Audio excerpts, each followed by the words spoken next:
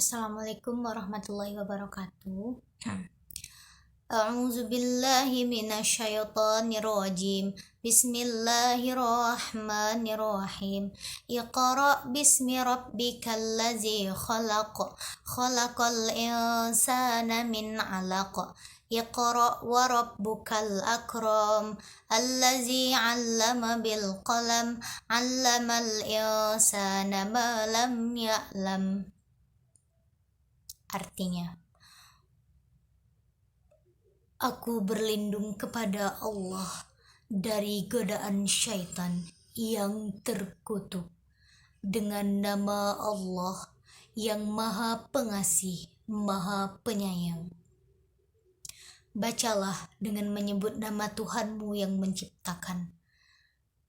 Dia telah menciptakan manusia dari segumpal darah. Bacalah, dan Tuhanmulah yang Maha Mulia, yang mengajar manusia menggunakan pena. Dia mengajarkan manusia apa yang tidak diketahuinya. Kandungan dari surah Al-Alaq ayat 1-5 ini adalah pertama, perintah kepada kita untuk belajar, untuk membaca, untuk mencari ilmu, baik itu ilmu yang terdapat dalam Al-Quran maupun ilmu yang terjadi di alam. Kedua, perintah kepada kita untuk mengetahui asal usul diciptakannya manusia. Ketiga, perintah kepada kita untuk mencatat ilmu menggunakan pena dari berbagai macam ilmu pengetahuan agar muncul ilmu pengetahuan yang baru dan bisa berbagi dengan orang lain. Dan yang terakhir, Allah Subhanahu wa taala menciptakan kita lahir di dunia ini dalam keadaan tidak mengetahui apa-apa, dan nantinya secara perlahan akan mengetahui, akan belajar menggunakan kemampuan penglihatan ataupun pendengaran. Bismillahirrahmanirrahim. Ya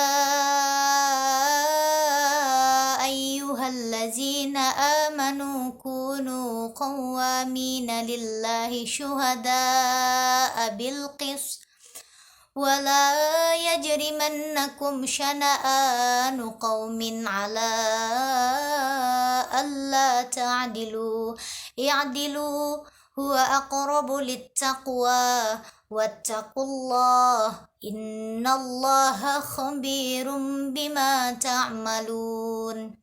Artinya, wahai orang-orang yang beriman, jadilah kamu sebagai penegak kebenaran karena Allah ketika kamu jadikan sebagai saksi dengan adil.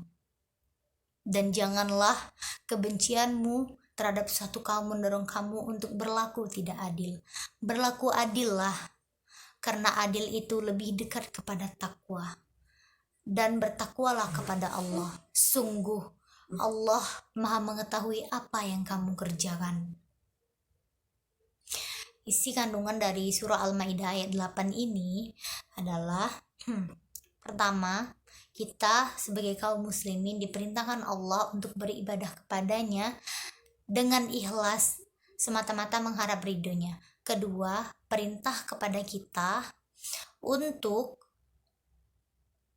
berlaku adil.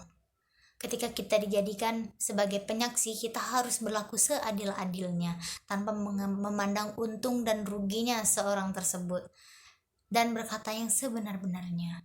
Kedua, perintah kita dalam menegakkan kebenaran tanpa pandang bulu.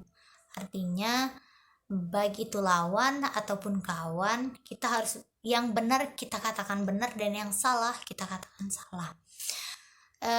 Terus kemudian dalam menegakkan kebenaran tidak boleh berat sebelah, tidak boleh hanya memihak kepada satu hanya karena suatu kebencian kita miliki.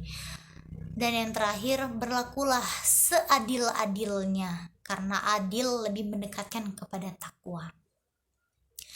Bismillahirrahmanirrahim. Wa khafid lahuma janahal dhulli minar rahmati wa qur rabbirhamhuma kama rabbayani shaghira.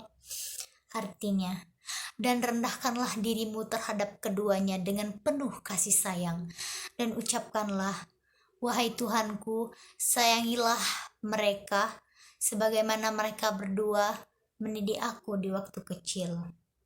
Kandungan dari surah Al-Isra ayat 24 ini adalah Allah Subhanahu wa taala memerintahkan kepada kita untuk bersikap rendah hati dan penuh kasih sayang terhadap kedua orang tua kita.